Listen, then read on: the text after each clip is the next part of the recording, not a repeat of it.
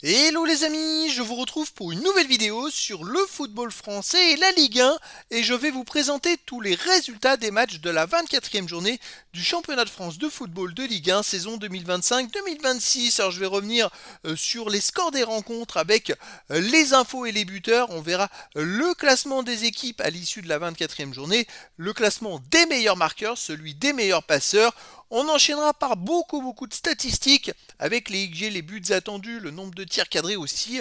On va voir les équipes qui sont les meilleures et on terminera par le calendrier de la 25e journée avec les dates horaires des matchs, équipes qui s'affrontent et place au classement des équipes qui s'affrontent. Alors, cette 24e journée a démarré le vendredi 27 février et Strasbourg, le 7e, a fait match nul contre le deuxième Lens, un but partout. Ouverture du score Panichelli 18e pour Strasbourg, égalisation Sangaré 62e pour Lens. Le samedi 28 février, Rennes, le 6e, a battu Toulouse, le 10e, un but à 0, but de Nordin, 27e minute. Monaco 8e a battu Angers le 12e, 2 buts à 0, but de Balogun 57e et Adingra 62e minute. Le Havre le 13e a perdu à domicile contre le PSG le 1er 1-0, but de Barcola 37e minute. Ensuite le dimanche 1er mars, Paris FC 15e a battu Nice 14e à 1-0, but de Munetsi 26e minute. Lorient, le 9e, a fait match nul contre Auxerre, le 16e, 2 buts partout. Ouverture du score. Senaya première pour Auxerre, égalisation Dieng 19e pour Lorient, deuxième but Casimir 24e pour Auxerre, égalisation à nouveau Dieng à 29e pour Lorient. Metz le 18e a perdu contre domicile contre Brest le 11e, 1 but à 0, but d'Ajor 69e minute. Lille le 5e a battu Nantes le 17e, 1 but à 0, but de N'Gwa 93e minute. Et enfin le dernier match, Marseille 4e a battu Lyon le 3e 3 buts à 2. Ouverture du score Tolisso 3e minute, égalisation Pexao 52e, deuxième but de Lyon, Humbert 76e minute, égalisation Aubameyang 81e minute et but de la victoire d'Aubameyang à la 91e minute pour Marseille. Au total, 5 victoires à domicile, 2 nuls, 3 victoires à l'extérieur, 11 buts à domicile, 7 à l'extérieur, 18 buts, 2 de moyenne par match. Il n'y a pas eu beaucoup de buts dans cette journée, si ce n'est dans les matchs Lorient-Auxerre et Marseille-Lyon. Avec ces deux matchs, il y a eu 9 buts, soit la moitié des buts de la journée.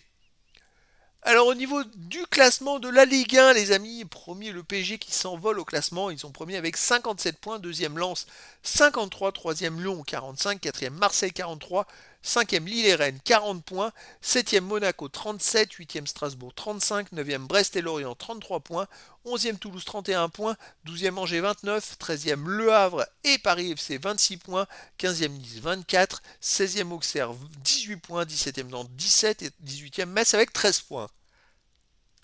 Le classement des meilleurs marqueurs, premier ex-aequo, Greenwood de Marseille et Panichelli de Strasbourg qui sont tous les deux à 14 buts. Ensuite, troisième, Le Paul de Rennes avec 12 buts. Quatrième ex-aequo, Sulk de Lyon et Saïd de Lens avec 10 buts. Le classement des meilleurs passeurs, premier tout seul, Thomasson de Lens, 7 passes décisives. Deuxième ex-aequo, Ajorg de Brest, Udol de Lens et Vitinha du PSG avec 6 passes. Alors les autres stats, on a les buts attendus, les amis, pour et contre. Toujours en tête le PSG qui est en tête dans les deux classements et qui vraiment domine le classement. Alors autant en attaque, ils sont juste devant Lens, puis Marseille, Monaco, Lille, Strasbourg, Lorient, Lyon. Le PSG à 47-10, deuxième Lens 44-14, mais en défense, le PSG premier devant Toulouse, Lyon, Strasbourg, Lens, Lorient, Lille, Marseille, mais le PSG a quasiment 8 d'écart avec le deuxième Toulouse. En termes de XG de buts attendus, c'est fou en défense. Toutes les autres équipes se suivent de près, mais c'est fou. C'est-à-dire qu'entre le deuxième et le 14e, il y a autant d'écart qu'entre le premier et le deuxième.